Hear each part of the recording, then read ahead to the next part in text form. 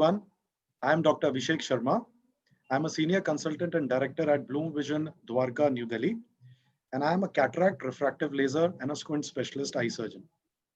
So today, the purpose of reaching out to you is on the pretext of the World Sight Day, which was in October 2020, and the whole month we were celebrating it in order to gain more awareness, give more awareness regarding common eye diseases to the general people.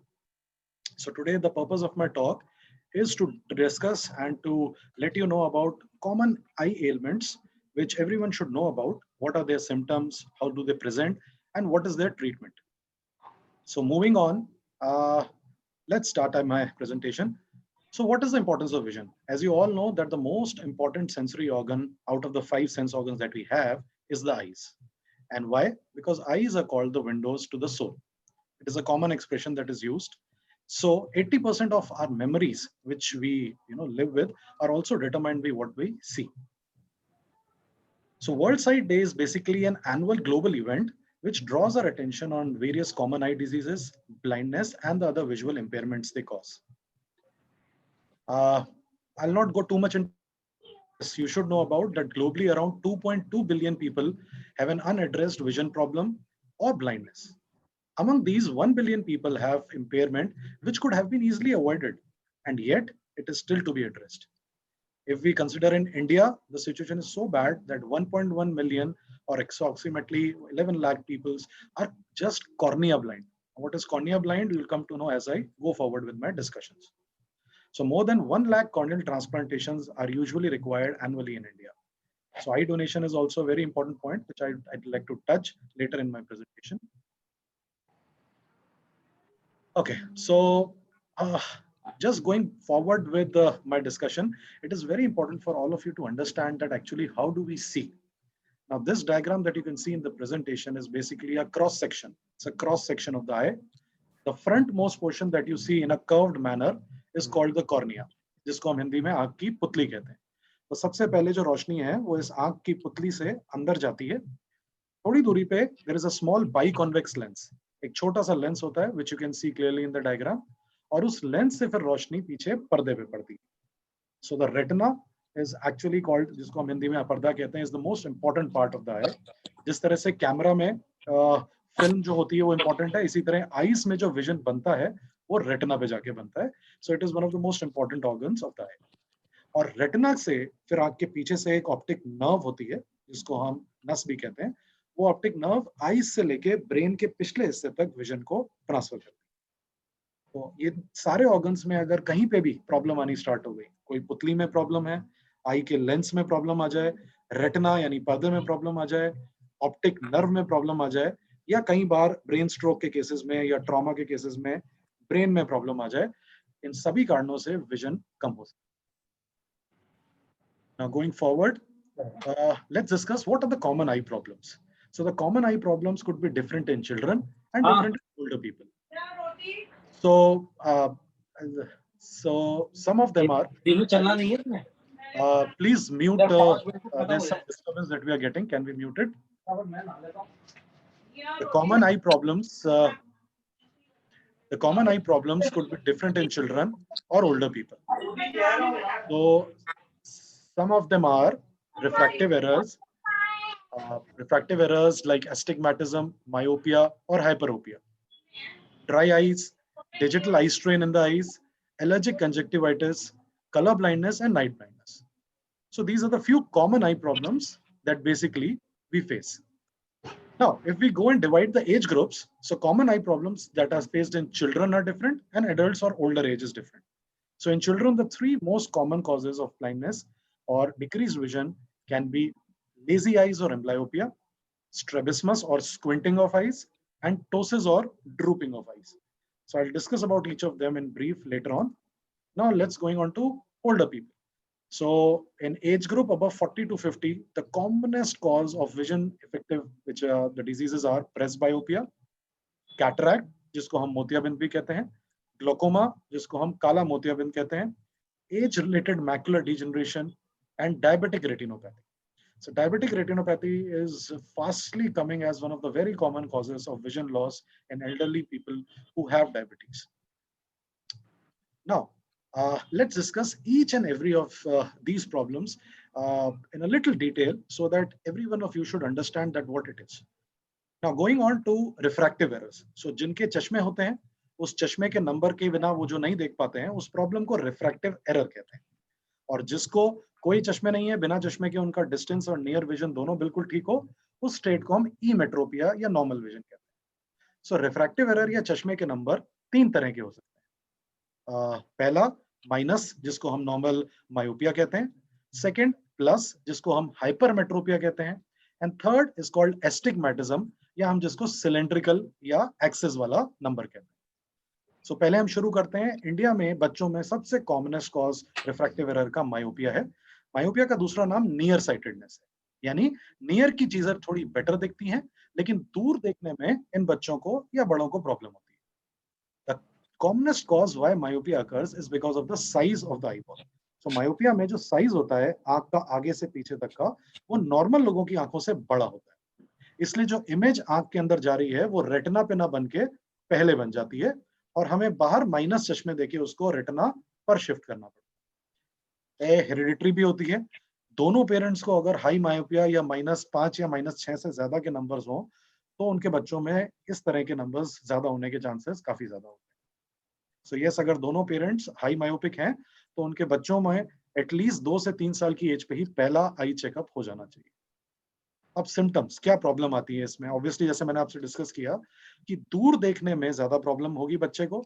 Usually बहुत छोटे बच्चे ये नहीं बता पाएंगे, क्योंकि उनका school start नहीं होता, तो उनका बहुत डिस्टेंट विजन नहीं पता चल पाता।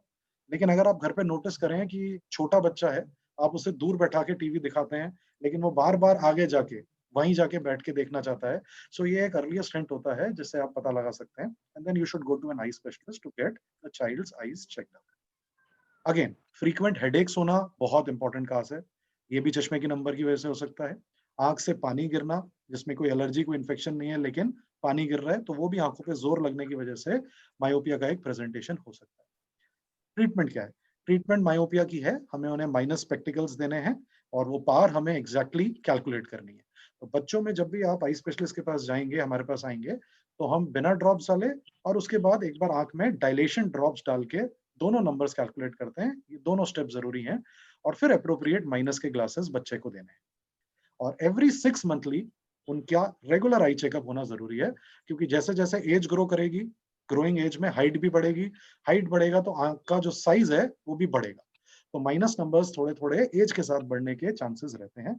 और आजकल जो नियर स्ट्रेन सबकी बच्चों की ऑनलाइन क्लासेस का बहुत ज्यादा स्ट्रेन चल रहा है, so what we are facing is a huge spurt of cases जिसमें बच्चों में माइनस नंबर्स बहुत जल्दी जल्दी बढ़ते हैं। so, मेरी रिक्वेस्ट रहेगी कि जो ऑलरेडी मायोपिक हैं बच्चे, उनका स्क्रीन टाइम मॉनिटर करना बहुत जरूरी है। It should not be more than 3 to 4 hours a day, including the online classes, including television and all the other gadgets. Now going to the second commonest refractive error, जिसको हम plus के number या hyperopia या hypermetropia कहते हैं। उसका दूसरा नाम फार साइटेडनेस भी है। एंड जैसे इसका नेम है कि दूर देखने में इनको उतनी प्रॉब्लम नहीं होती जितनी उनको नजदीक देखने में। इसका अगेन कारण मायोपिया का ऑपोजिट है। इसमें जो आंख का आईबॉल होता है वो नॉर्मल लोगों से छोटा होता है, तो जो इमेज है वो रेटिना के पीछे बनती है, तो हमें बाहर प्लस का नंबर देके उसको रेटिना पर शिफ्ट करना पड़ता है। अगेन, ये जैसे जैसे हमारी एज ग्रो होती है और 40 क्रॉस करती है, तो जो प्लस के पढ़ने के चश्मे आते हैं उसको प्रेस बायोपिया कहते हैं। उसको हम हाइपरमेट्रोपिया से कंफ्यूज ना करें। ये वो प्लस के नंबर हैं जो बचपन से ही हो सकते हैं, जिसको कोई चश्मे के नंबर भी नहीं है, लेकिन 40 या 45 की एज क्रॉस करने के बाद उन्हें रीडिंग में प्रेशर आने लगता है, क्योंकि आंख की मसल्स एज के साथ वीक होनी स्टार्ट हो जाती है। तो उनको हम रीडिंग ग्लासेस या प्रेस बायोपिया कहते हैं। हाइपरमेट्रोपिया बचपन में यानी अर्ली एज से भी हो सकता है। अगेन, इसका ट्रीटमेंट है कि हम प्रॉपर डायलेशन करके आईज का नंबर निकालें, और फिर प्लस के नंबर्स बच्चों को दें, और फिर 6 मंथ्स उनका चेकअप होता रहे जब तक कि वो 18 ईयर्स तक नहीं पहुंच जाते। नाउ, जो तीसरा नंबर मैं डिस्कस कर रहा था आफ्टर प्लस एंड माइनस यानी मायोपिया एंड हाइपरमेट्रोपिया, वो तीसरा है एस्टिग्मैटिज्म या सिलेंड्रिकल नंबर। अब इस नंबर में आंख का आईबॉल छोटा बड़ा नहीं होता, लेकिन ये जो हमारी काली पुतली है जिसे मैंने बताया था कॉर्निया कहते हैं, ये कॉर्निया का शेप देखने में तो सर्कुलर लगता है। अगर ये सर्कुलर होता तो एक वर्टिकल और हॉरिजॉन्टल एक्सिस ऑलमोस्ट बराबर होती। तो वर्टिकल और हॉरिजॉन्टल एक्सिस से जो विजन जाता वो पर्दे पे ही बनता। लेकिन इन बच्चों में जो काली पुतली हमारी कॉर्निया है उसका शेप सर्कुलर ना होके थोड़ा ओवल या ऑब्लॉन्ग हो जाता है। तो एक एक्सिस और दूसरी एक्सिस में डिफरेंस आ जाता है, जिसकी वजह से जो विजन आईज में एंटर कर रहा है वो स्प्लिट हो जाता है और दो पॉइंट्स बना लेता है। तो वो देख तो पाता है बच्चा, लेकिन वो इमेजेस में क्लैरिटी नहीं रहती। सो सिलिंड्रिकल नंबर्स बहुत ज्यादा डिस्टॉर्शन या ब्लरिंग कॉज करते हैं and is a very common cause of lazy eye और एम्ब्लायोपिया। अगेन इन बच्चों में भी हमें डायलेशन के बिना और विद डायलेशन दोनों चेक करना है, प्रॉपर फुल सिलिंड्रिकल नंबर्स का करेक्शन देना है। और जिन बच्चों का विजन लेजी आई होने की वजह से अगर सिर्फ चश्मों से ठीक नहीं हो पा रहा, तो हमें उस लेजी आई की ट्रीटमेंट पे पहुंचना है, जो मैं नेक्स्ट स्लाइड में डिस्कस करूंगा। Going to the next slide, amblyopia. So amblyopia या लेजी आई, इसका क्या मतलब है? इसका ये मतलब है कि दोनों आंखों में पुतली, लेंस, रेटिना किसी में कोई प्रॉब्लम नहीं है, लेकिन फिर भी बच्चे का विजन चश्मा लगा के भी पूरा नहीं आ पाता। तो उसका कॉमनेस्ट कॉज है हाईएस्ट चश्मे के नंबर। सो जो चश्मे के नंबर हैं वो बहुत हाई अगर एक आंख में हो और एक में कम हो, तो उस डिफरेंस की वजह से एक आई का विजन रेटिना पे क्लियर बन रहा है, जो ब्रेन उसको क्लियर परसीव करता है, और दूसरा बहुत ही धुंधला परसीव करता है। सो उस केस में जो धुंधली आई है, अगर हमने उसको बचपन में ही चश्मे देके पूरा करेक्शन नहीं दिया, तो वो परमानेंट विजन कम हो सकता है, डिस्पाइट ऑफ द फैक्ट कि आई में और कोई बड़ी प्रॉब्लम नहीं। सो कॉमनेस्ट कॉज जो लेजी आई का है वो एनाइजोमेट्रोपिया कहलाता है, जो मैंने डिस्कस किया, एक आंख का नंबर दूसरे से बहुत ज्यादा होना। Second commonest cause lazy I का होता है स्क्विंटिंग। जैसे कि आप देख पा रहे हैं, स्क्विंटिंग बेसिकली एक आंख अगर फोकस स्ट्रेट रख रही है और दूसरी आंख अगर अंदर, बाहर, ऊपर या नीचे किसी भी डायरेक्शन में ट्विस्टेड है, तो उसको स्क्विंटिंग या भेंगापन कहते हैं। स्क्विंटिंग में जो आई स्ट्रेट देख रही है, उसी विजन को ब्रेन परसीव करता है, क्योंकि बचपन में जब बच्चे की ग्रोथ होती है और एक आंख कहीं और देख रही है, दूसरी कहीं और, तो ब्रेन दो चीजें परसीव नहीं कर सकता, तो बच्चा बैलेंस करके चल ही नहीं पाएगा। तो उस केसेस में हमें जो टेढ़ी आंख है उसको जीधे से जीधे ठीक करने की कोशिश करनी है। तो आप जैसे डायग्राम में देख पा रहे हैं कि अगर हम पैचिंग दें, पहले तो हमें चश्मे का प्रॉपर नंबर चेक करना है, वो नंबर पूरा देना है। उसके बाद जो आंख टेढ़ी है, वीक है, उस आंख से ज्यादा काम करवाना है। तो कॉमनेस्ट ट्रीटमेंट जो हम लेजी आई के लिए देते हैं वो हम पैचिंग देते हैं, जो ऑलमोस्ट 100 ईयर्स से हो रहा है। तो हम बेटर आई को दिन में ऑलमोस्ट कुछ घंटों के लिए, 5 से 6 घंटों के लिए बंद रखते हैं, ताकि लेजी आई ठीक होके स्ट्रेट देख के काम कर सके। तो जब उस पर प्रेशर पड़ता है तो धीरे धीरे with age lazy eye better होती जाती है। So amblyopia again is a very very common cause, जिसका हम प्रॉपर ट्रीटमेंट करके बच्चों को ब्लाइंडनेस और कम विजन से बचा सकते हैं। बट अनफॉर्चुनेटली इंडिया में प्रॉपर आई चेकअप होता ही नहीं है। स्कूल के आई चेकअप्स पे भी हम बहुत रिलाई नहीं कर सकते, क्योंकि कई बार वो दोनों आईज खोल के पढ़ा लेते हैं।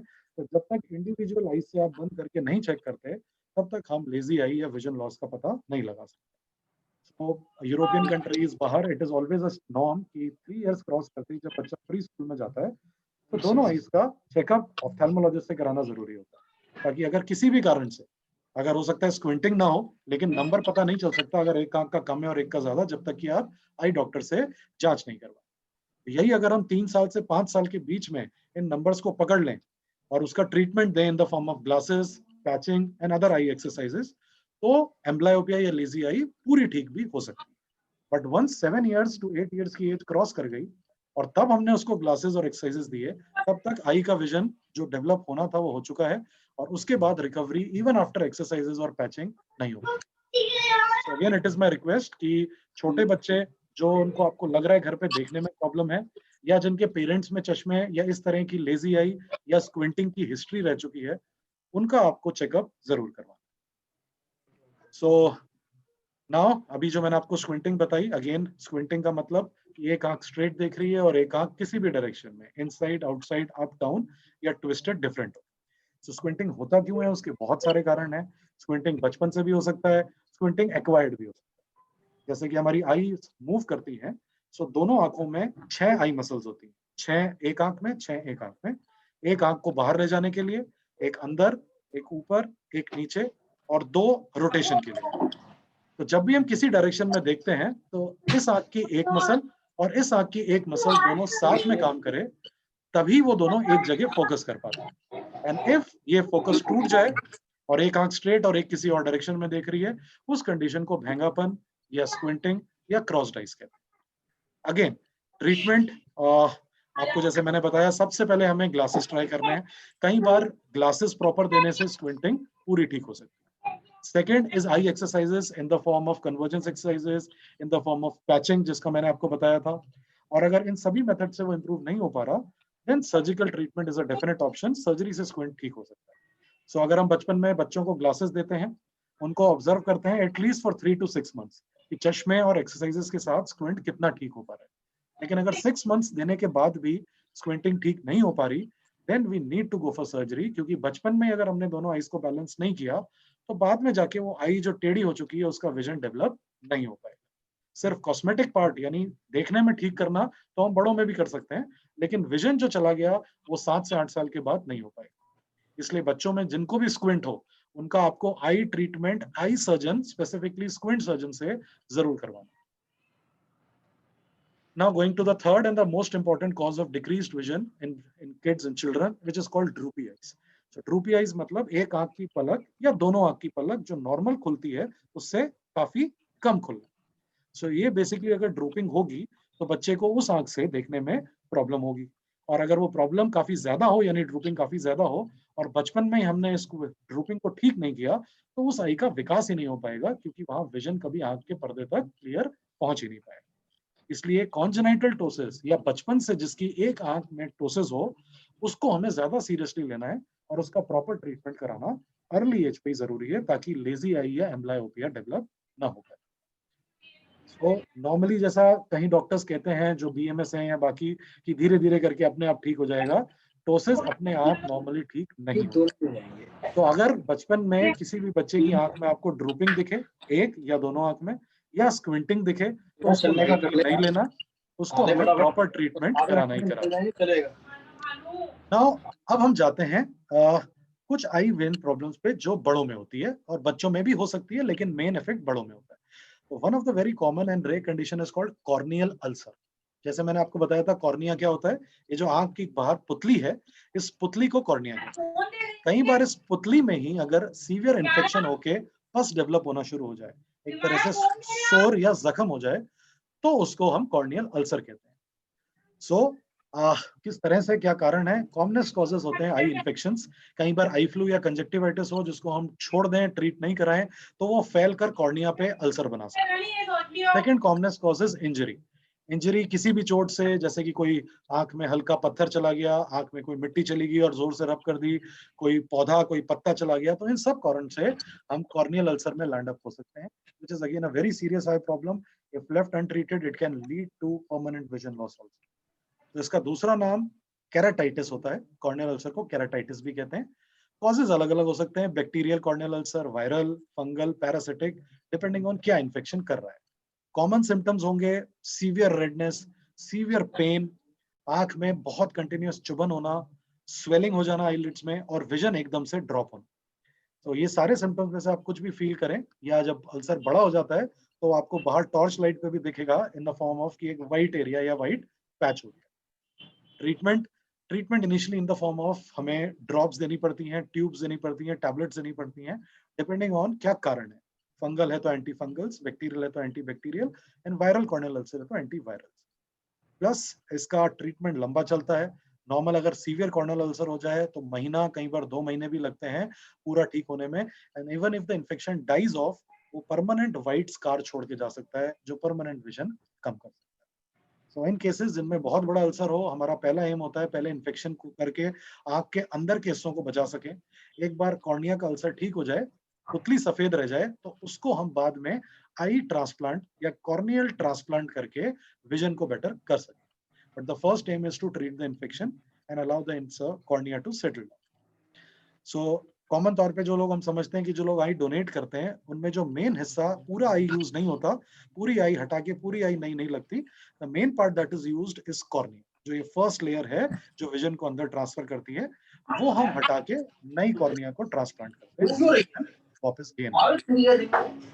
Now going to a very common eye disorder called conjunctivitis और pink eye. So pink eye या कंजक्टिवाइटिस या कॉमनली जिसको हम आई फ्लू कहते हैं, वो हमारा जो आई का व्हाइट हिस्सा है, जिसका दूसरा नाम कंजक्टाइवा है, उसके इन्फेक्शन और इन्फ्लेमेशन, यानी इन्फेक्शन और सूजन का दूसरा नाम। सो ये जो व्हाइट पार्ट है, ये अगर हमारा रेड या पिंक होने लगे, साथ में पेन हो, आंख से डिस्चार्ज आने लगे, आंख चिपकी हुई रहे, तो उसको हम कॉमनली आई फ्लू या कंजक्टिवाइटिस। अगेन इसमें जो हमारी काली पुतली है उस पे कोई इन्फेक्शन नहीं आया है, जो व्हाइट पार्ट है वो इन्फेक्टेड हुआ है। सो पिंक आई का common cause bacterial, followed by viral and followed by allergic causes होते हैं। पिंक आई भी काफी इरिटेटिंग होती है। अगेन ये अल्सर जितना लंबा ट्रीटमेंट नहीं चलता। अगर बैक्टीरियल आई कंजक्टिवाइटिस या आई फ्लू है तो वो नॉर्मली हफ्ते से 10 दिन में ठीक होता है, लेकिन वायरल कंजक्टिवाइटिस कई बार 3 हफ्ते भी ले सकता है पूरा ठीक हो। अगेन इसका ट्रीटमेंट जरूरी इसलिए है क्योंकि अगर हमने निग्लेक्ट किया और फिर ये कॉर्निया पे स्पॉट्स या इन्फेक्शन के फॉर्म में फैल गया, then it can permanently cause vision problem. So prevention बहुत इंपॉर्टेंट है ट्रीटमेंट के साथ साथ, क्योंकि कंजक्टिवाइटिस या eye flu is a very very contagious disease, एक से दूसरे से बहुत कॉमनली फैलता है because it's a flu. So practice good hygiene. जिनको भी ये हो जाए उनको अपने हाथ का और आईज का कॉन्टैक्ट कम से कम रखना है। आंखों को हाथ से बार बार टच करके रब करके, अगर हम कॉमन चीजों जैसे रिमोट या मोबाइल पकड़े, फिर घर में कोई और भी उनको टच करे और दिन में एक बार आई अपनी रब करे, तो वो ट्रांसफर इजिली हो सकता है। सो अपने टॉवल्स, अपनी पर्सनल चीजें जब फ्लू हो जाए तो उनको अलग रखना होता है। आईज को हैंड से बार बार टच या रब नहीं करना होता है। कॉमन आई गॉगल्स जो पूरी आंख को कवर रखें, वो जब तक आई फ्लू आपका ठीक नहीं हो उसको पहन के रखना होता है। इसके साथ साथ जो आपके डॉक्टर आई स्पेशलिस्ट ने आपको ट्रीटमेंट दिया इन the form of drops and ointments, वो उसको पूरा डिलीजेंटली फॉलो करना है और पूरा ट्रीटमेंट लेना है, बीच में रोकना नहीं। कॉन्टैक्ट लेंस वेयर को खास ध्यान रखना है। जिन भी कॉन्टैक्ट लेंस वेयरर्स में जो कॉन्टैक्ट लेंस रेगुलर लगाते हो, उनको किसी भी तरह की रेडनेस, पेन या विजन प्रॉब्लम स्टार्ट हो तो इमीडिएटली पहला स्टेप कॉन्टैक्ट लेंस को स्टॉप वियर करना, क्योंकि अगर हमने उसे कंटिन्यूसली वियर करता रहा तो कई बार इन्फेक्शन कॉर्निया में डायरेक्टली जल्दी हो सकता है, जो ऑब्वियसली एक बड़ी स्टेज आ जाती है। So going on to our next slide after conjunctivitis is the commonest disease which we all know about, जिनका हमने सबने सुन रखा है, ऑलमोस्ट सभी के घर में किसी ना किसी का इसका सर्जरी भी हो रखा है, is called cataract. So cataract का हिंदी में जो कॉमन नाम हम बोलते हैं वो है मोतियाबिंद। मोतियाबिंद is one of the most common cause of treatable और reversible blindness, not only in India but all over the world. So क्या होता है कौन कैटरैक्ट? सो कैटरैक्ट जैसे मैंने आपको इनिशियल स्लाइड में बताया था, आंख के 3 मेन हिस्से होते हैं। सबसे बाहर होती है ये काली पुतली जिसको कॉर्निया कहते हैं, जिसकी हमने डिजीजेस अभी डिस्कस करी। फिर आंख के अंदर एक छोटा बाई कॉन्वेक्स लेंस होता है, उससे रोशनी पीछे पर्दे पे जाती है। सो ये जो बाई कॉन्वेक्स लेंस रोशनी को ट्रांसफर कर रहा है पर्दे तक, वो हमारी एज यानी यंग एज पे और बच्चों में क्लियर होता है, ट्रांसपेरेंट होता है।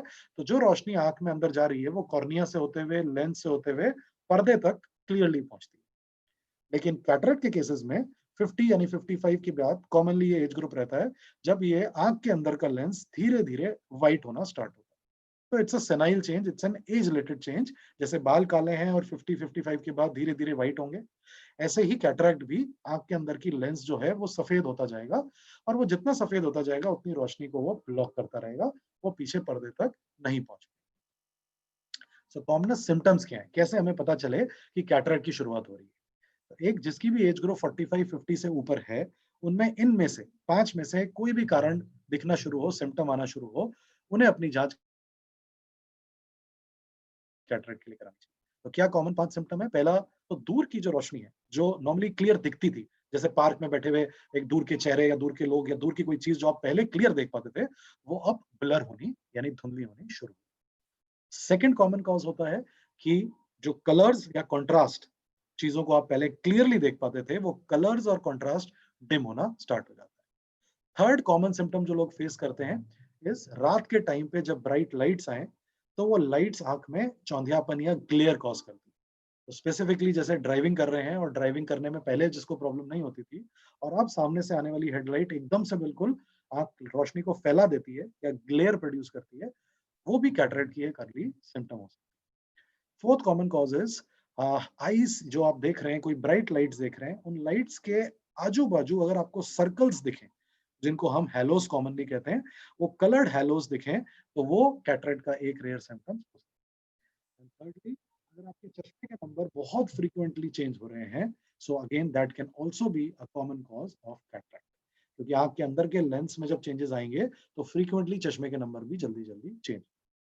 तो इन 5 सिम्पटम्स में से आपको कुछ भी फेस लगे और आपकी एज 45-50 के ऊपर है, तो आपको डेफिनेटली अपना आई स्पेशलिस्ट से डायलेट यानी आईज में ड्रॉप्स डाल के प्रॉपर चेकअप कैटरेक्ट के लिए कराना चाहिए। कॉमन कॉजेज क्या होते हैं? कॉमन कॉजेज जैसे मैंने आपको बताया, सबसे कॉमन कॉज एज है। जिनकी एज 50 से ज्यादा है, एज के साथ ये चीज इट्स अ सेनाइल कॉज, एक सेनाइल चेंज है जो आंखों में आता है, तो ये आना है। जिनके सभी के बाल जैसे 50 पे नहीं सफेद हो जाएंगे, कई लोगों के 65-70 पे, ऐसे आई के अंदर भी कैटरेक्ट सबको फिक्स्ड एज पे नहीं आता। कॉमन एज जो है वो 55 टू 65 रहती है, बट कई लोगों जिनका न्यूट्रिशन बहुत अच्छा रहा है, डाइट बहुत अच्छी रही है, उनका कैटरेक्ट 70-75 तक भी बिल्कुल माइन्यूट या मिनिमल रह सकता है। अदर कॉमन कॉजेज आर जिनमें आंख में इंजरी यानी चोट लगी हो, उनको आंखों में कैटरेक्ट जल्दी यानी अर्ली एज पे भी हो सकता है। तो यंग एज पे अगर किसी आंख में चोट लगी हो, इवन ब्लंट ट्रॉमा लगा हो, और कुछ टाइम उस चोट लगने के बाद आपको धुंधला दिखना शुरू हो, उसका एक कारण कैटरेक्ट हो सकता है। अगेन, जिनकी एज 50 से ज्यादा है और उनमें इनमें से सारी चीजें चल रही हैं, उनको ओबेसिटी यानी मोटापन है, ब्लड प्रेशर ज्यादा रहता है, sugar is a very very important cause. अगर शुगर है और आप कंट्रोल नहीं रखेंगे तो कैटरेक्ट जल्दी जल्दी आएगा और बढ़ेगा भी रैपिड। जिनके कुछ हार्मोनल ट्रीटमेंट चल रहे हो, स्पेसिफिकली किसी भी तरह का स्टेरॉइड्स ट्रीटमेंट चल रहा हो, ओरल, सूंघने का या नेजल, जिनको आप लंबे समय तक स्टेरॉइड्स ले रहे हैं जैसे कि अस्थमा या अदर केसेस में, उनको कैटरैक्ट जल्दी होने के चांसेस रहते हैं। अल्ट्रावायलेट रेज जो आईज में रहती है, मतलब जो नॉर्मल हम सनलाइट देखते हैं, तो जिन जोन्स में देखा गया कि आजकल ओजोन लेयर हट रही है और उन एरियाज में अल्ट्रावायलेट फिल्टर नहीं होके ज्यादा आ पाती है, उन कंट्रीज में कैटरैक्ट अर्ली एज पे होता है। So yes, more exposure towards ultraviolet rays in sunlight is a common cause of cataract. Poor nutrition होना, अच्छा खान पान ना होना, अल्कोहल एंड क्रोनिक स्मोकिंग, ये भी कारण है अर्ली एज में कैटरैक्ट डेवलप। एक बार कैटरैक्ट डेवलप हो जाए, वाला कारण कोई भी रहे, अगर आंख के अंदर का लेंस सफेद हो गया है और विजन कम होना स्टार्ट हो गया है, तो उसका अल्टीमेट ट्रीटमेंट सर्जरी रहता है। किसी ड्रॉप से हम एडवांस कैटरैक्ट को रिवर्स नहीं कर सकते। There are lot of eye drops in market जो अपने आप को क्लेम करते हैं कि हम कैटरैक्ट को रिवर्स कर सकते हैं या आगे बढ़ने से रोक सकते हैं।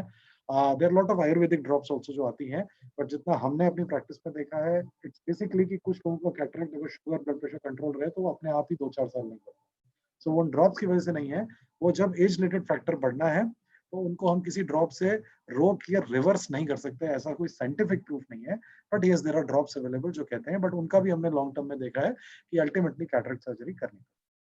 तो अगर आपको उनमें से कोई भी 5 सिम्टम्स जो मैंने आपको डिस्कस किए, दूर देखने में प्रॉब्लम, रात के टाइम ड्राइविंग में चांद लगना या ग्लेयर होना, आपको कलर्ड हेलोज या लाइट के अराउंड गोले दिखना, आपको जो पहले दूर की शक्लें क्लियर दिखती थी वो अब धुंधली होना, तो इनमें से कोई भी आपको कलर्स कॉन्ट्रास्ट में प्रॉब्लम आना शुरू हो और आपकी एज 45-50 से ऊपर हो, तो आपको अपना डायलेटेड चेकअप कराना है। And once it is done, तो फिर मोतिया की सर्जरी का यानी जो कैटरेक्ट सर्जरी है उसके बारे में अपने डॉक्टर से डिस्कस करना है। हर कैटरेक्ट का इमीडिएटली सर्जरी करना जरूरी नहीं होता है। तो कैटरेक्ट के ग्रेड्स होते हैं, जब आपका आई स्पेशलिस्ट आपको एग्जामिन करेगा तो वो बताएगा ग्रेड कितना है और चश्मे से विजन कितना इंप्रूव हो रहा है। तो अगर ग्रेड 1 यानी बिल्कुल अर्ली कैटरैक्ट और 1 to 2 है स्टेज, और आपका चश्मे के साथ चेंज करने से विजन ठीक हो रहा है, तो उस कैटरैक्ट में हम 6 मंथ्स में आपको फॉलो अप कर सकते हैं। इमीडिएट सर्जरी की जरूरत नहीं। लेकिन अगर ग्रेड 2 to 3 और क्रॉस होके 4 या 5, जिसको हम पका हुआ मोतिया कहते हैं, उस स्टेज पे पहुंच गया है, चश्मे से विजन इंप्रूव नहीं हो रहा, then cataract surgery is the only and only option. Surgery में there have been lot and lot of developments. हमारे टाइम में लास्ट 10 साल में ही इतने डेवलपमेंट्स आए हैं कि अब cataract surgery is no more a very major और डरने वाली कोई चीज नहीं रह गई। So normal cataract surgery takes around 10 to 15 minutes, अगर कैटरेक्ट बहुत मैच्योर नहीं है तो। टेक्निक्स और एडवांस हो गई हैं, अब जो लेटेस्ट टेक्निक्स आ चुकी हैं उनको हम माइक्रो इंसिजन कैटरेक्ट सर्जरी या MICS कहते हैं, जिसमें जो इंसिजन यानी चीरा लगेगा सर्जरी में, वो पेन के टिप मात्र यानी ऑलमोस्ट 2 मिलीमीटर से भी कम रहता है। तो कोई सूचर्स या कोई टाँके नहीं लेने पड़ते।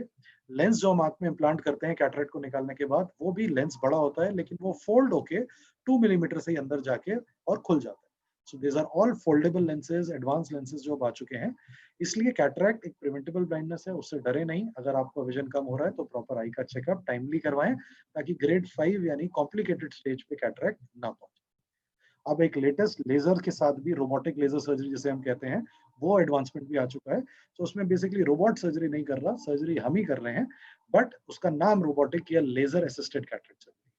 सो टोटल नाम जैसे हम MICS जैसे मैंने आपको बताया, उस रोबोटिक लेजर सर्जरी को फ्लैक्स या femto laser assisted cataract surgery कहते हैं। अगेन, पूरा का पूरा जो कैटरेक्ट सर्जरी है वो लेजर नहीं कर रहा है या कोई रोबोट नहीं कर रहा है। इनिशियल 3 स्टेप्स जो आपके अंदर इंसिजन्स यानी चीरे लगाने के होते हैं, आंख के अंदर एक छोटी ओपनिंग बनाने के होते हैं, और कैटरेक्ट यानी लेंस को ब्रेक करने के होते हैं। ये 2 से 3 स्टेप्स जो इनिशियल हैं वो लेजर असिस्टेड होते हैं। रेस्ट जो मोतियाबिंद के पीसेस को हमें बाहर निकालना है, नया लेंस इम्प्लांट करना है, वो कॉमन रहता है। But again, yes, it's a blade-free cataract surgery. It's a new development, and the world is slowly and slowly adapting to it.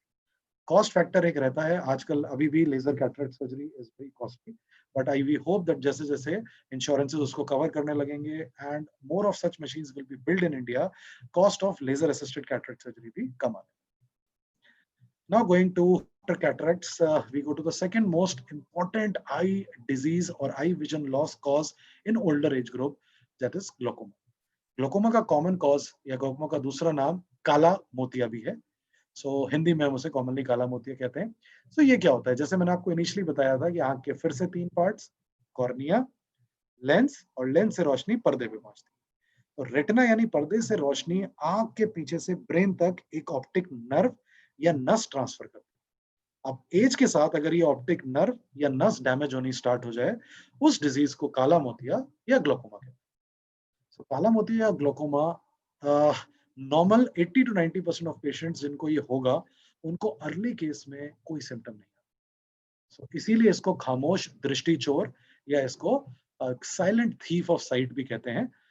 जिनकी भी एज 50 से ज्यादा हो और जिनके पेरेंट्स में ग्लोकोमा या काले मोतियाबिंद की शिकायत हो रखी हो, उनको हर साल अपने आई का चेकअप आई डॉक्टर से जरूर कराना है, ताकि हम रूल आउट कर सकें, और अगर ग्लोकोमा की शुरुआत हो गई है तो उसको अर्ली स्टेज पे रोक सकें। बेसिकली सिम्टम्स क्या आते हैं? There are 2 types of glaucoma या काले मोतिया, जिसको हम एक को ओपन एंगल ग्लोकोमा कहते हैं, एक को क्लोज्ड या एंगल क्लोजर ग्लोकोमा कहते हैं। ओपन एंगल ग्लोकोमा में 90% पेशेंट में, जैसे मैंने बताया, अर्ली स्टेजेस में विजन का कोई ड्रॉप नहीं होता, जो सेंट्रल विजन है वो मेंटेन रहता है, इसलिए सिम्टम्स बहुत मुश्किल रहते हैं।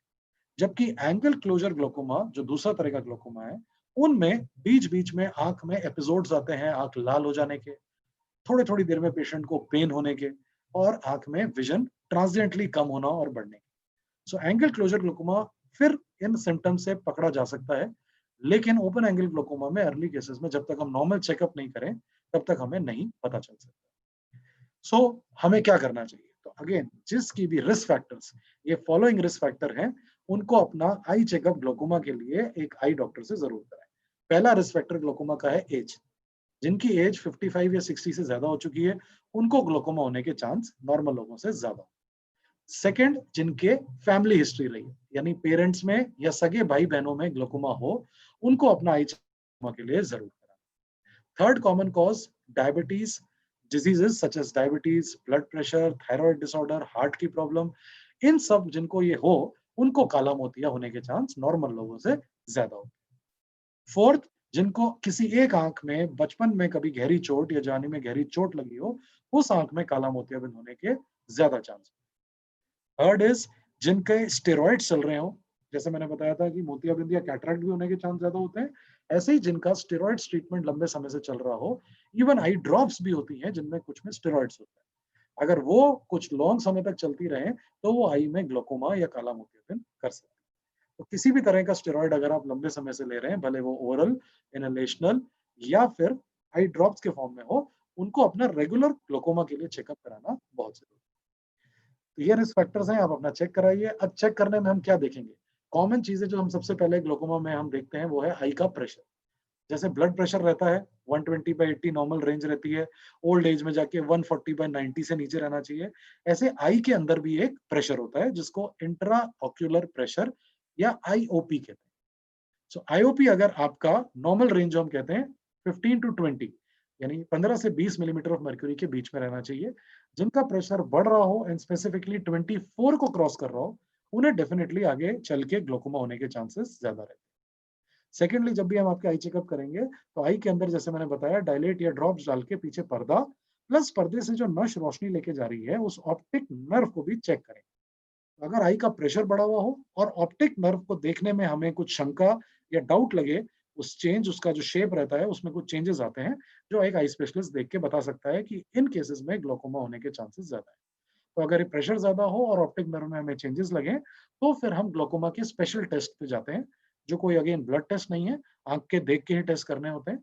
उनको हम पेरीमेट्री या विजुअल फील्ड चार्टिंग, ओसीटी या ऑप्टिकल कोहेरेंस टोमोग्राफी या ऑप्टिकल कंप्यूटराइज्ड टोमोग्राफी, और साथ में अदर स्पेशलाइज्ड टेस्ट करते हैं देखने के लिए कि वो चेंजेस ग्लोकोमा की तरफ हमारा हिंट को मजबूत कर रहे हैं।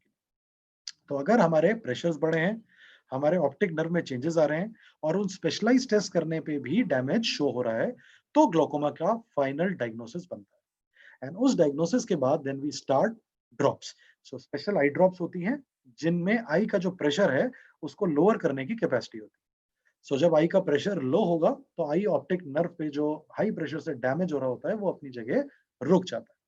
तो अगेन मैं आपको बोलना चाहूंगा कि ग्लोकोमा में जितना डैमेज ऑलरेडी हो गया उसको आप रिवर्स नहीं कर सकते। कैटरैक्ट रिवर्सिबल कॉज है। अगर कैटरैक्ट थोड़ा थोड़ा बढ़ के आगे बढ़ गया, रोशनी जाती रही, लेकिन हमने कैटरैक्ट करके नया लेंस डाल के पीछे अगर सारी चीजें ठीक हैं, रेटिना ठीक है, ऑप्टिक नर्व ठीक है, तो विजन 100% गेन हो जाता है। लेकिन ऑप्टिक नर्व में जो डैमेज होता जा रहा है उसको आप रिवर्स नहीं कर सकते।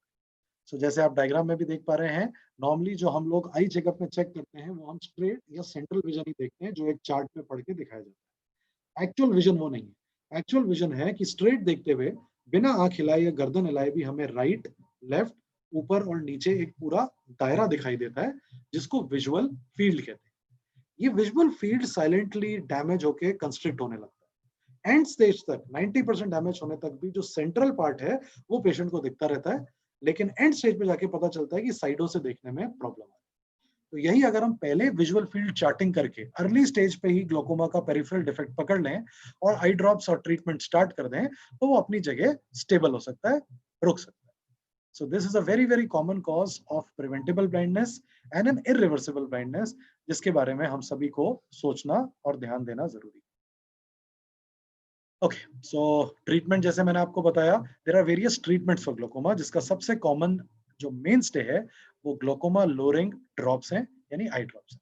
Almost 85 to 90% patients of open angle glaucoma as well as closed angle glaucoma, जिसका मैं ट्रीटमेंट अलग बताऊंगा अभी, वो आई ड्रॉप से अगर प्रेशर कंट्रोल आ जाए तो वो अपना बिना सर्जरी के काम चला सकते हैं। Next going on to laser therapy. जैसे मैंने आपको बताया था, एंगल क्लोजर ग्लोकोमा में आई के अंदर पानी के बनने और ड्रेन होने के रास्ते नैरो होते जाते हैं, छोटे होते जाते हैं, जिस वजह से पानी जो बन रहा है वो प्रॉपर ड्रेन नहीं हो पाता।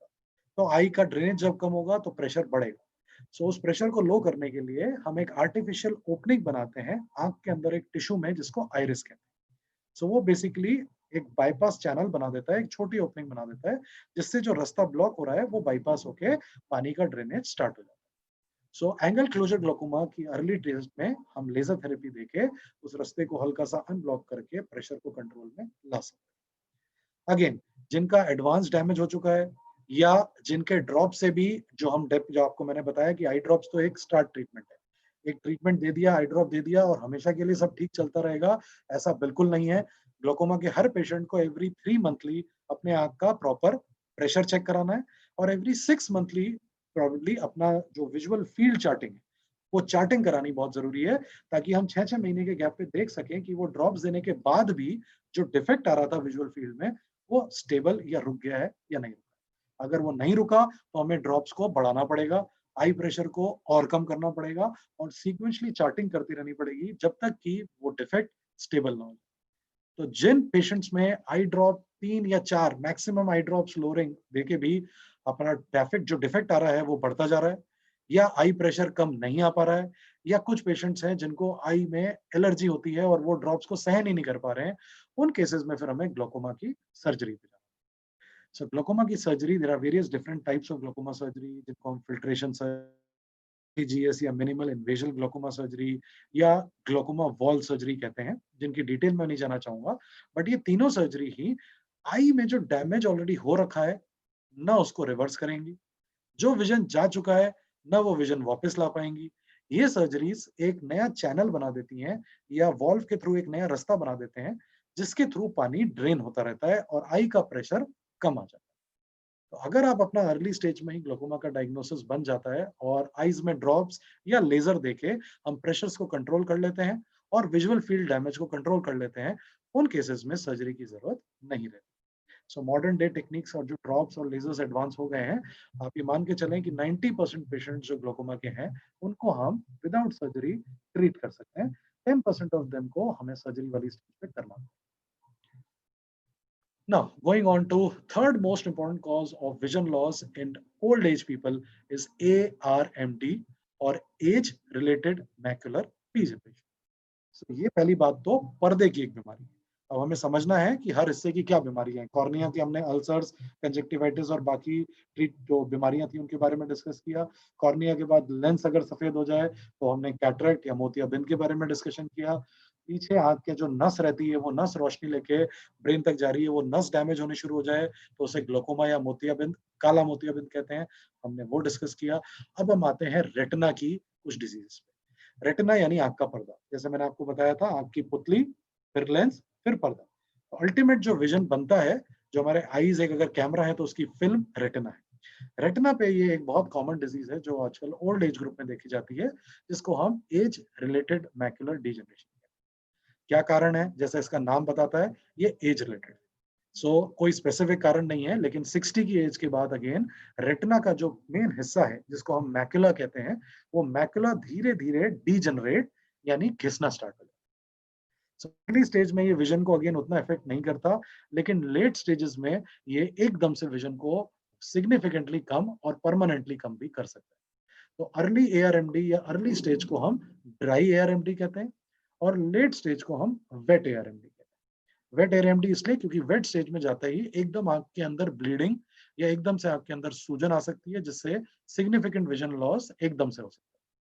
सो अगेन अगर हम ओल्ड एज ग्रुप में हैं, जब भी हम आपका चेकअप करेंगे आईज में, तो हम ये सारी चीजों का चेकअप करते हैं। सिर्फ कैटरेक्ट नहीं देखते, सिर्फ कॉर्निया नहीं देखते, कॉर्निया, लेंस, रेटिना और ऑप्टिक नर्व सभी का चेकअप होता है, ताकि कोई भी एज ग्रुप की किसी भी तरह की किसी भी पार्ट ऑफ द आई की अगर कोई डिजीज है तो वो आपके नॉर्मल आई चेकअप में पिक हो जाए।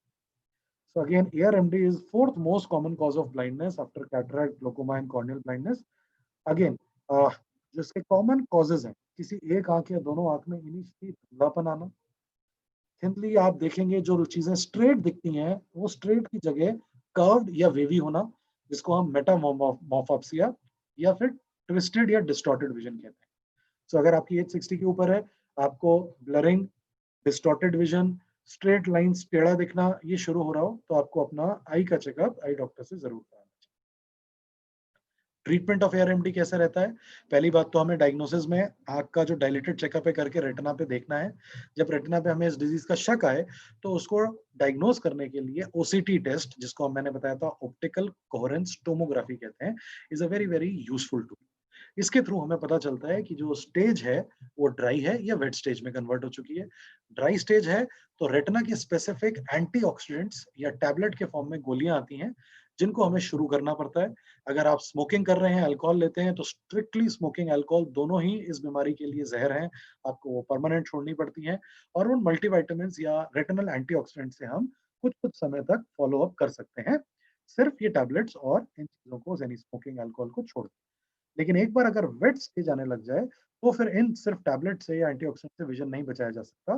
फिर हमें वेट स्टेज के लिए आंख के अंदर रेटिना के जस्ट आगे कुछ इंजेक्शंस डालने पड़ते हैं। उनका कॉमन नाम एंटी वेजेफ्स या anti vascular endothelial growth factor रहता है।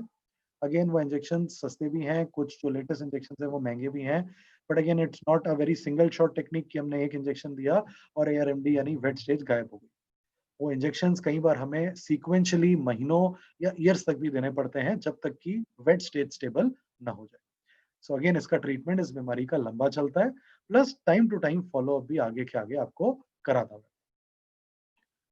Next going to a very common again retina की डिजीज, जो अब बहुत ही कॉमन तरीके से ऊपर उठते हुए आ रही है, specifically developing countries like India में, जहाँ की डायबिटीज बहुत ही कॉमन होती जा रही है, इज कॉल्ड डायबिटिक रेटिनोपैथी। जैसे नाम बता रहा है, डायबिटीज यानी शुगर की वजह से रेटिना डैमेज होना इज कॉल्ड डायबिटिक रेटिनोपैथी। सो जो शुगर जो हमारे आईज में डैमेज करती है वो सिर्फ रेटिना पे नहीं करती, ये तो एक सिग्निफिकेंट डिजीज है। ये हमारे आंख के आगे से लेके पीछे तक शुगर हर हिस्से में डेवलप करती है, यानी सॉरी डैमेज करती है। आंख की काली पुतली जो कॉर्निया है, ये कॉर्निया में ड्राइनेस होना या ड्राई आईज होना is a very very common cause जो डायबिटीज कर सकती है। सेकंड, आंख के अंदर जो लेंस का क्लाउडीनेस यानी सफेद होना, यानी कैटरेक्ट होना। कैटरेक्ट होने को भी हम शुगर की वजह से डैमेज करते हैं, तो वो डैमेज जो है वो शुगर की वजह से जल्दी जल्दी होता है। प्लस रेटिना पे ये डैमेज यानी डायबिटिक रेटिनोपैथी होना, और साथ ही साथ रेटिना का डैमेज होना के साथ साथ ऑप्टिक नर्व पे जो डैमेज होता है जिसको हम ग्लोकोमा कहते हैं, उसमें भी शुगर का एक इंपॉर्टेंट रिस्क फैक्टर रहता है। सो डायबिटिक रेटिनोपैथी में बेसिकली आंख के पर्दे पे जो छोटे माइक्रो वेसल्स होते हैं जो रेटिना को सप्लाई करते हैं, वो वॉल्स वीक होने लग जाती हैं और लीकी होने लग जाती है। तो रेटिना के ऊपर धीरे धीरे लीकी वेसल्स की वजह से सूजन आने लगती है, ब्लड वेसल्स लीक होने की वजह से धब्बे या खून के धब्बे या ब्लीडिंग होना स्टार्ट हो जाता है। और धीरे धीरे इससे जब आंख का मेन हिस्सा यानी रेटिना का मेन हिस्सा मैकुला इफेक्ट होने लगता है, वो हिस्सा जब इफेक्ट होने लगता है तो एकदम से विजन फॉल होना स्टार्ट हो जाता है। तो शुगर के केसेस में जिनको भी डायबिटीज है, भले वो टाइप 1 डायबिटीज हो जो अर्ली ऑनसेट कहलाती है या टाइप 2 हो यानी जो लेट ऑनसेट कहलाती है, दोनों ही केसेस में डायग्नोसिस होते ही हर 6 महीने में डायलेट यानी ड्रॉप्स डाल के आंख के पर्दे का चेकअप कराना जरूरी है। ये मैंडेटरी है, इसे लाइटली नहीं लेना चाहिए। जो आपका ट्रीटिंग फिजिशियन या डायबिटोलॉजिस्ट है, वो खुद आपको इस बारे में बताएगा, लेकिन कई बार अगर टाइम कम होने की वजह से वो आपको नहीं बता पाते। So that is our purpose to let you know that eye के केसेस में अगर हमने डायबिटिक रेटिनोपैथी को अर्ली पकड़ लिया और ट्रीट कर लिया, तो परमानेंट विजन लॉस हम सेव कर सकते हैं। अगेन डायबिटिक रेटिनोपैथी के क्या सिम्टम्स हो सकते हैं? विजन में काले काले छोटे छोटे फ्लोटिंग पार्टिकल्स या फ्लोटर्स दिखना, या विजन में छोटे छोटे स्पॉट्स आना, ब्लर्ड विजन यानी आंख का धुंधलापन होना, फ्लक्चुएटिंग विजन कभी विजन का बढ़ना कभी कम होना, कलर विजन जो पहले कलर्स आप क्लियरली देख पाते थे और वो धीरे धीरे इम्पार्ट हो रहे हैं, डिक्रीज हो रहे हैं, या फिर डार्क या कुछ एरिया में बेसिकली एक तरह से डिफरेंस आना, या फिर धीरे धीरे काले स्पॉट्स दिखना। ये सब एक तरह से इसका प्रेजेंटेशन हो सकते हैं। रिस्क फैक्टर्स जैसे मैंने बताया, sugar with poor control, high blood pressure अगर शुगर के साथ है तो ये बीमारी और ज्यादा बढ़ने के चांसेस हैं। High cholesterol, smoking specifically tobacco chewing या स्मोकिंग अगर आप करते हैं, या आप अल्कोहल कंज्यूम करते हैं, ये सब डायबिटिक रेटिनोपैथी को और जल्दी बढ़ा सकते हैं। नाउ कॉमन डिजीजेस हम अब यंग एज और ओल्ड एज में जो इफेक्ट करती है हमारे विजन को, वो डिस्कस कर चुके हैं। इसके बाद अब हम सब जानते हैं कि कोविड चल रहा है, it's a pandemic which is affected all over the world. So इस टाइम में क्या एक कॉमन चीज है जो हम सभी के सामने, हम कॉमन आई डॉक्टर्स के सामने प्रेजेंट होके आ रही है और बहुत विजन प्रॉब्लम्स कर रही है, वो है DES और डिजिटल आई स्ट्रेन। सो ये अब एक वेल डिफाइंड एक एंटिटी, एक आंख की बीमारी बन चुकी है, जो अब लास्ट 6 मंथ से हमारे बहुत कॉमनली पेशेंट्स आ रहे हैं जो इन प्रॉब्लम के साथ प्रेजेंट कर रहे हैं। तो आजकल जैसे आप जानते हैं लॉकडाउन हुआ, लॉकडाउन के बाद भी काफी लोग अभी भी वर्क फ्रॉम होम कर रहे हैं, तो डिजिटल माध्यम का ओवर यूज होता जा रहा है। जो नॉर्मली हमारी आई सह कर पाती थी उससे बहुत ज्यादा अब हम computers, mobile use, digital other things like iPads and फिर अल्टीमेटली टीवी यूज तो कर ही रहे हैं। तो इस ओवर यूज या ओवर डिजिटलाइजेशन की वजह से हमारी आईज पे भी स्ट्रेन पड़ता है और कुछ कॉमन प्रॉब्लम्स आनी start. So digital eye strain, DES या computer vision syndrome is a common group of certain symptoms जिसका हम एक नॉर्मल नाम दे देते हैं। So अगर आपको आईज में स्पेसिफिकली इवनिंग तक आते आते या दोपहर तक आते आते थकान या बहुत आई स्ट्रेन फील होता है, बर्निंग सेंसेशन या जलन रहती है, ड्राइनेस या रूखापन रहता है, विजन में ट्रांजिएंटली ब्लरीनेस आ जाना, जो आप जब तक थोड़ा रेस्ट ना लो वो ब्लरी विजन ठीक ना होना, या साथ में आते आते आंख के ऊपर के हिस्से में या आंख के आजू बाजू के हिस्से में पेन रहना। इन 5 सिम्टम्स में से अगर आप कुछ भी फेस कर रहे हैं, तो yes you could be facing this disease called digital eye strain और computer vision syndrome. So basically इसका कॉमन कारण क्या है? आजकल आप नॉर्मल जैसे हम अपना विजन देखते हैं तो हमारी आई की जो मसल्स हैं उनको बहुत काम नहीं करना पड़ता, लेकिन जो सारे डिजिटल माध्यम है जैसे कि हमारे लैपटॉप हो गए, आईपैड हो गए, मोबाइल्स हो गए, those are all pixel based. तो स्क्रीन में पिक्सल बेस्ड स्क्रीन हैं और कंटिन्यूअस आई मसल्स को फोकस मेंटेन करते रहना पड़ता है to make a continuous clarity. तो एक लिमिट के बियॉन्ड जब आप ओवर यूज करते रहेंगे तो वो मसल्स फैटीग में चली जाती हैं, उन कन्वर्जेंस मसल्स की वीकनेस आ जाती है जिसको हम कन्वर्जेंस वीकनेस या कन्वर्जेंस इनसफिशिएंसी कहते हैं, या एक तरह से मसल्स की थकान कहते हैं। प्लस कंटिन्यूअस लॉन्ग टर्म पे जब हम फोकस करके स्क्रीन पे देखते हैं तो हमें पता नहीं चलता, लेकिन इनवॉलेंटली हमारी जो आई की ब्लिंक रेट है वो कम हो जाती है। अब ब्लिंकिंग एक बहुत इंपॉर्टेंट सोर्स है आईज के टीयर्स को प्रोड्यूस करने की। सो वो एक तरह की फिजियोथेरेपी है, जितनी बार हम ब्लिंक करें उतनी बार हम जब आंख बंद करके खोलते हैं तो 3 डिफरेंट ग्लैंड्स अपना अपना लिक्विड सिक्रीट करते हैं जिसको टीयर फिल्म कहते हैं। और जब हम आँख खोलते हैं तो वो टीयर फिल्म आँख पे यूनिफॉर्मली स्प्रेड हो जाती है। सो अगर हम लंबे समय तक कंटिन्यूअसली फोकस मेंटेन रखें, हमारी ब्लिंक रेट जो 18 से 20 पर मिनट होनी चाहिए वो रिड्यूस होके 10 से कम हो जाए, तो उन केसेस में हमारा आई में टीयर फिल्म का डिस्टॉर्शन होता है, टीयर फिल्म बननी कम होती है। और प्लस सब एसी एनवायरनमेंट्स या फिर अब सर्दियाँ आ रही हैं उसमें हीटर्स के ब्लो में बैठते हैं, उससे इवेपोरेशन ऑफ टीयर्स बढ़ जाता है। तो इन सब कारणों से मिलके ड्राई आईज हो जाती हैं, जिसको हम ड्राइनेस कहते हैं आँख में, which again is a cause of strain, blurriness या आँख के आजू-बाजू पेन रहना। तो अगर आपका डेली कंप्यूटर यूज़ 7 से 8 आवर्स से ज़्यादा रहता है, प्लस आपको इन 5 में से कोई भी सिम्पटम्स हैं, जो मैंने बताया कि आँख में स्ट्रेन रहना, भारीपन फ़ील होना, बर्निंग सेंसेशन होना, ड्राइनेस या ड्राई आईज़ फ़ील होना, आँख के आजू-बाजू के एरिया या फ्रंटल एरिया में हेडेक कॉमन रहना और आँखों में कॉमन थकान, शाम तक आते-आते आँख बंद कर लें, आँख रबिंग करें, इचिंग करें, उसका मन होना, तो आपको डिजिटल आई सिंड्रोम के लिए अपना आई का चेकअप कराना ज़रूरी है। बहुत कॉमन चीज़ें हैं जिससे हम डिजिटल आई स्ट्रेन से बच सकते हैं, ताकि वो स्टेज ही नहीं आए जिसमें हमें ड्रॉप्स या आगे ट्रीटमेंट लेना पड़े। सबसे पहला uncommon cheese is reduce your eye strain. वो कैसे होगा?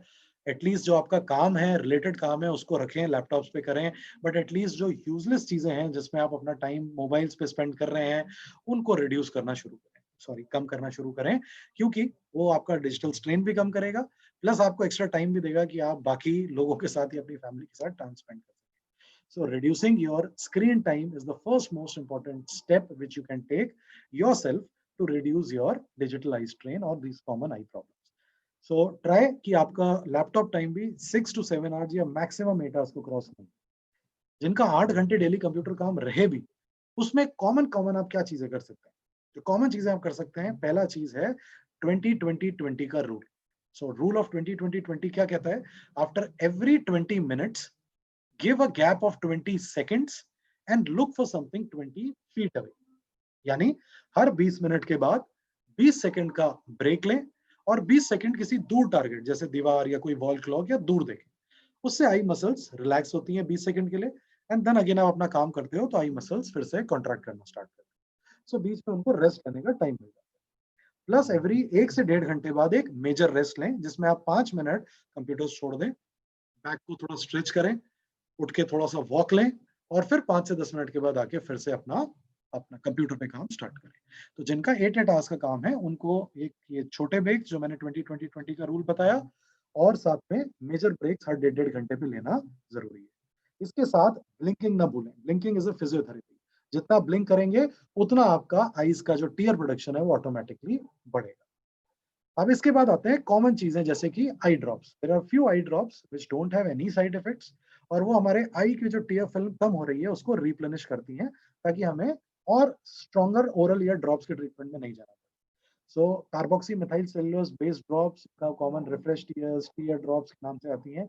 उनका आप at least 3 times a day, 3 to 4 times a day daily use जरूर करें, अगर आपका daily screen time 7 to 8 hours से ज्यादा है। जब भी आपको टाइम मिले 4 टाइम्स अ डे, एक ड्रॉप मॉर्निंग, एक आफ्टरनून, एक इवनिंग और एक रात को सोते टाइम, एक-एक ड्रॉप दोनों आईज में 3 टू 4 टाइम्स डालना स्टार्ट करें।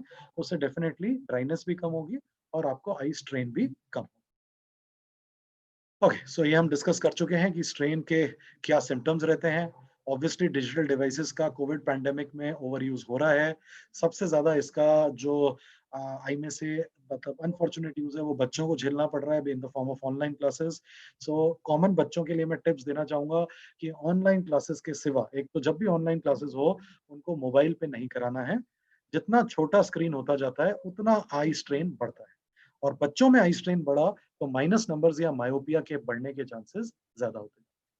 सो आप उनकी जितनी ऑनलाइन क्लासेस हैं, वो भले वो 2 घंटे हो 3 घंटे हो, बड़े स्क्रीन जैसे लैपटॉप या डेस्कटॉप पे कराने की कोशिश करें। आईपैड या मोबाइल्स को अवॉइड करें। और ऑनलाइन क्लासेस के बाद जो बच्चे मोबाइल्स पे गेम्स या बाकी काम यूजलेस करते हैं, वो बंद करें। बच्चों को किसी और इंटरेस्टिंग एक्टिविटी में अपने साथ टाइम स्पेंड करने के लिए उनको प्रोत्साहित करें, ताकि उनका यूजलेस आई स्ट्रेन होना कम। एंड थर्डली, बच्चों में भी आपको ध्यान रखना है, टीवी का जो एक नॉर्मल डिस्टेंस होता है that should be around 4 to 5 metres. Television भी बहुत ज्यादा वॉच नहीं करना है। Half an hour morning, half an hour night is the usual TV time which I suggest in kids, और वो भी 4 to 5 मीटर डिस्टेंस पे बैठ के। पास जाके देखने से अगेन डिजिटल आई स्ट्रेन बच्चों में बढ़ता है, जिससे कि ये कॉमन प्रॉब्लम तो हो ही सकती है, प्लस चश्मे के नंबर भी जल्दी जल्दी बढ़ सकते हैं। ना ऑब्वियसली हम जानते हैं कि आई स्ट्रेन होगा तो उससे हमारा क्वालिटी यानी आउटपुट पे भी इफेक्ट आएगा। जितना हम इफेक्टिवली काम नहीं कर पाएंगे और स्ट्रेन रहेगा, उतना हमारे output in the form of work भी कम रहेगी। इसीलिए डिजिटल आई स्ट्रेन को लाइटली नहीं लेना है, उसको आई डॉक्टर को आपको रेगुलर चेकअप जरूर कराने हैं। एक और बहुत कॉमन कॉज ट्रीटमेंट के लिए हम कहते हैं, उसमें एंटी ग्लेयर ग्लासेस या आजकल नए ब्लू कलर ग्लासेस आ गए हैं। सो वो बेसिकली एंटी ग्लेयर या blue cut, there is a coating on the eye glass, जिससे कि जो कंप्यूटर से स्ट्रेन आ रहा है या ब्लू रेज आ रही है वो फिल्टर आउट हो जाती है और आपका स्ट्रेन जो होता है वो थोड़ा कम हो जाता है। बट ये नहीं है कि आप एंटी ग्लेयर या अपना ब्लू कट ग्लासेस लगा के भी कंटिन्यूसली 14-14, 16-16 घंटे कंप्यूटर, मोबाइल, टेलीविजन वॉच कर रहे हैं। अपना स्क्रीन टाइम को लिमिट करना बहुत जरूरी है। उसके बाद ये बाकी फैक्टर्स जो मैंने आपको एक्सरसाइजेस, गैप्स, ड्रॉप्स और साथ में ट्रीटमेंट बताए, ये सब सेकेंडरी आते हैं। एंड साथ में अगर इनके साथ भी अगर आप 8 घंटे से ज्यादा डेली आपका स्क्रीन टाइम रह रहा है, तो एंटी ग्लेयर ग्लासेस, भले अगर आपका 0 नंबर भी है तो प्लेन नंबर्स में ही, 0 नंबर में ही एंटी ग्लेयर या ब्लू कट लेंसेज आप यूज कर सकते हैं if your daily computer screen time is crossing 8 hours a day. So need for regular checkups, I checkups is very very important. जैसे मैंने आपको बताया, इतनी सारी डिजीजेस हैं जो बचपन में परमानेंट विजन कम कर सकती हैं, इतनी सारी प्रिवेंटेबल ब्लाइंडनेस के कॉजेज हैं, जैसे cataract, glaucoma and diabetic retinopathy, जो एडल्ट्स में हमारे विजन को कम कर सकती हैं। और अगर हम टाइमली उनका चेकअप कराएं तो वो विजन लॉस को हम डेफिनेटली न केवल रोक सकते हैं, कुछ केसेस में विजन जो लॉस हो गया है उसको रिवर्स भी कर सकते हैं। इसलिए regular I checkups is very important. बच्चों में, किड्स में जिनके चश्मे हैं, उनको मैं 6 मंथली रेगुलर आई चेकअप्स के लिए कहता हूँ। एक बार उनके नंबर स्टेबल हो जाएं और एज 16 ईयर्स के ऊपर हो जाए, देन ईयरली चेकअप्स नंबर के लिए किया जा सकता है। साथ ही साथ जिनकी एज 45 to 50 क्रॉस कर चुकी है, उन्हें साल में एक चेकअप जरूर कराना है, ताकि हम डायलेट करके ड्रॉप्स डाल के आंख के अंदर के हिस्सों का जांच कर सकें और कैटरैक्ट, ग्लोकोमा, डायबिटीज और ऑप्टिक नर्व्स के बाकी डिजीजेस को अर्ली स्टेज में डायग्नोज करके रोकने के लिए हम मदद कर सकते हैं। So regular eye checkups of all diseases helps in an early detection of eye diseases, which ultimately helps us to treat those diseases in a better way. Okay, so last and the most important thing which I would like myself to pledge today and would advise or in other ways suggest you कि आप भी अपने अपनी families में लोगों को प्रोत्साहित करें, is to donate eyes. I donation अभी भी इंडिया में बहुत कम लेवल पे होता है, बहुत कम इसकी जागरूकता है। हम सभी को जरूरत है कि हम इस सिंपल डिजीज को, इस सिंपल एक स्टेप को आगे ले जाएं, ताकि जिन लोगों को ब्लाइंडनेस आ चुकी है, स्पेशली कॉर्नियल डिजीज की वजह से, आप उन सभी की लाइफ में रोशनी ला सकते हैं, अपनी लाइफ का एक मतलब, एक एक इम्पैक्ट छोड़ के जा सकते हैं, जो आपके ना होते हुए भी आपके इस दुनिया में आपकी लेगेसी को आगे लेके चलेगा। तो जैसे मैंने बताया था, जो आईज डोनेट करते भी हैं आप, उसमें पूरी की पूरी आई ट्रांसप्लांट नहीं होती। इट्स मेनली जो कॉर्निया, ये जो काली पुतली है, जिनकी इन्फेक्शन, चोट लगने से या किसी डिजीज से कॉर्निया वाइट हो गई है, उसका हम ट्रांसप्लांट करके, जो लोग आईज डोनेट करके गए हैं उनका कॉर्निया इम्प्लांट करते हैं, ट्रांसप्लांट करते हैं, तो उससे रोशनी वापस गेन हो सकती है।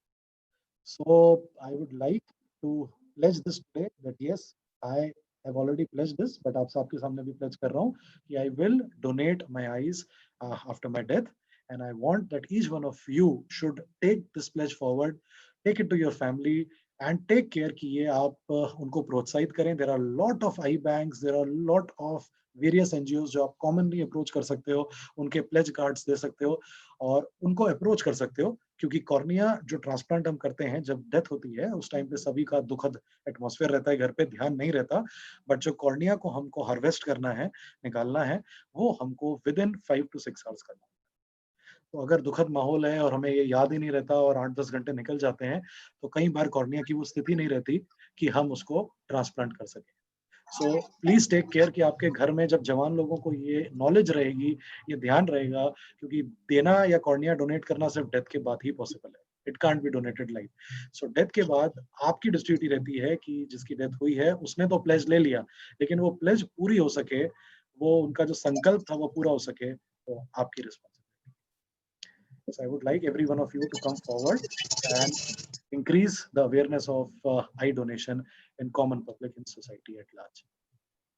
So this was my small initiative on the occasion of World Sight Day and World Sight Month to educate all of you about common eye diseases, common eye strain, digital eye strain in the terms of this pandemic, and about eye donation and corneal kindness. So thank you. This was nice for all of you to for me to contact you and discuss with you on a one-to-one platform. Hope to see you on platforms like YouTube again. Thanks a lot. This is me, Dr. Abhishek Sharma, signing off. Thank you.